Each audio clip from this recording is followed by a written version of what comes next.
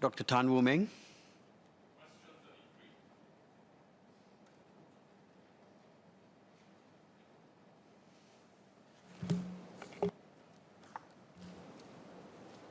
Mr. Deputy Speaker, with your permission, may I take the next two PQs together and also address Mr. Murali Pillai's PQ on the same topic, which is listed for tomorrow's sitting.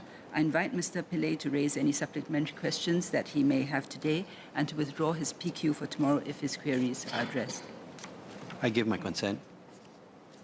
Mr. Deputy Speaker, on 31st May 2023, CPIB announced that it had, acting on information received, commenced investigations against Citrim Limited and individuals from Citrim Limited for alleged corruption offences that occurred in Brazil.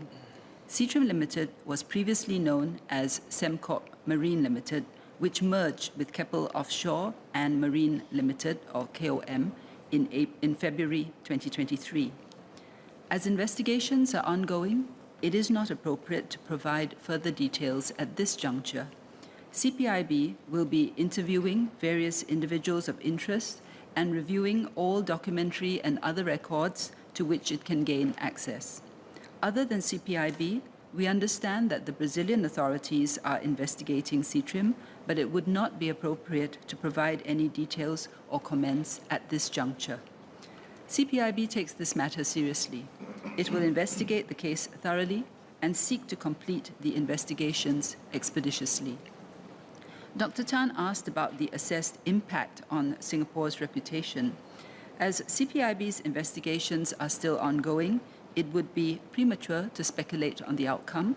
Suffice to say, there is no change in Singapore's zero-tolerance policy on corruption and our commitment to uphold the rule of law. Mr. Louis Chua asked whether the decision by Temasek to inject capital into then Sembcorp Marine took into account the alleged corruption offences in Brazil. Temasek became a direct shareholder of Sembcorp Marine in 2020, following the demerger of Sembcorp Marine from its then-parent, Sembcorp Industries. Temasek participated in Sembcorp Marine's two rights issues in 2020 and 2021. The government understands that Temasek conducted the due diligence appropriate to the rights issues, bearing in mind that the company was already part of the group. This due diligence took into account Sembcorp Marine's public disclosures that had already been made. The disclosure pertaining to the Brazilian case mentioned that there were charges by Brazilian authorities against an ex-employee in his personal capacity and not against Sembcorp Marine's Brazilian subsidiary or the company. Sembcorp Marine Group also stated it was not aware of any of its employees being subject to those investigations. It was not aware of any other of its employees being subject to those investigations.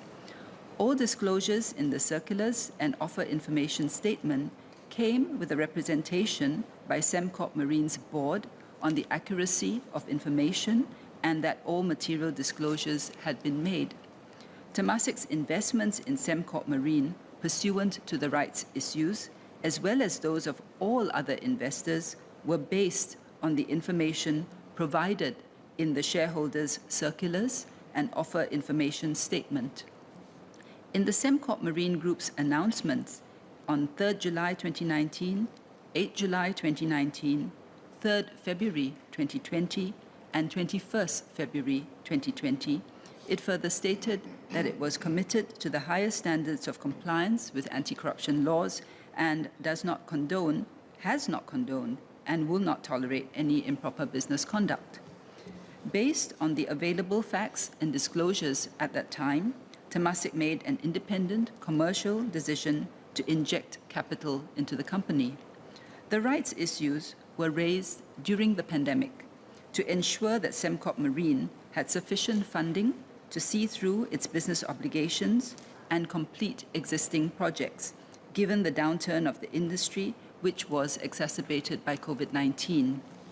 Without the recapitalization, there would potentially have been an erosion of value and a loss of jobs. Dr. Tan Wu Meng.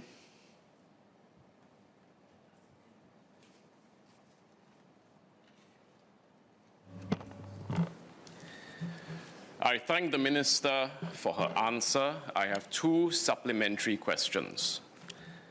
Firstly, can I draw the Minister to the questions I raised on Keppel Offshore and Marine 5 years ago in January 2018? At the time, I said, quote, if a prominent company, especially one linked to the government, fails to uphold the law and proper standards of conduct wherever they are, it hurts our national reputation, end quote. Can I ask the Minister whether she agrees that we have to maintain Singapore's reputation for zero tolerance against corruption? My second question to the Minister is, has CPIB and the government considered the use of bounties or rewards for whistleblowers and tip-offs that lead to a conviction? I note that IRAS, the Inland Revenue Authority of Singapore, recently offered a reward for whistleblowers who report tax evasion.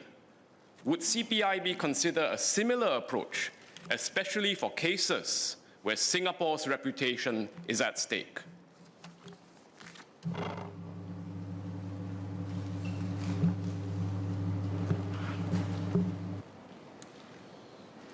Mr. Deputy Speaker, I thank the member for his supplementary questions. The short answer to the first question is absolutely. Singapore's approach is to have zero tolerance towards corruption. That remains unchanged. With regard to the second question of whether CPIB should offer bounties or rewards for information that lead to conviction, first, I understand from CPIB that actually there is no shortage of people coming forward to provide information or whistleblowing. Second, I mean, we can consider this, but part of the consideration, the factors that must be taken into account are this.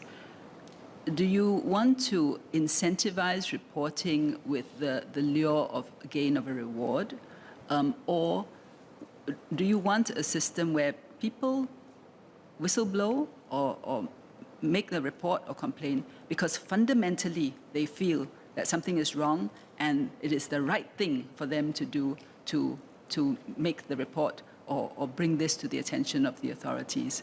I think that is the balance that we need to maintain. And if it were possible, my view, if it were possible to maintain a system where people file reports because as a matter of principle they feel that something is wrong, that means that we would have a healthy system where there's a strong sense of right and wrong in the community and in business circles, and people do the right thing. Mr. Louis Chua.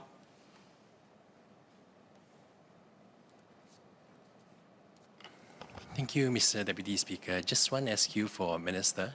I think in the interest of good stewardship and given that it's Singapore's reputation at stake, how does the MOF and Temasek ensure that there are adequate anti-corruption and bribery controls that are put in place, that these are effectively enforced and Temasek as a shareholder has effective oversight over these risk mitigation strategies and controls? Thank you.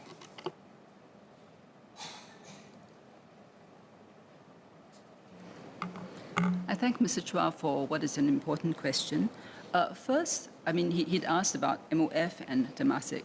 MOF and government as a whole, I think it is well known that our position is that you have to have zero tolerance on corruption. We've got strong laws on that and do not hesitate to enforce if need be. And that obviously is communicated to all companies in which the government either owns or, in fact, companies which the government doesn't own. It's to the public at large. With respect to Temasek, I think as they have mentioned before publicly, they do regular engagements with their portfolio companies. They too send a strong signal that corruption is not to be endorsed, encouraged, or in any way acceptable. The thing, though, to remember about corruption is that by its nature, it is done in secret. I mean, nobody, unless they're not very adept at it, nobody goes around actively publicizing that you are doing a corrupt activity. Fraud, corruption, by their very nature, tend to be secret. So I think the key thing here is to continually review processes to see whether your processes are robust and enable something to be flushed out if need be. And even then, as we have seen in many other cases, it is not 100%. So the short answer is that we just need to continue to be active, vigilant, get the message out, and as Temasek has said, keep continuing its regular engagement with companies and setting the standards.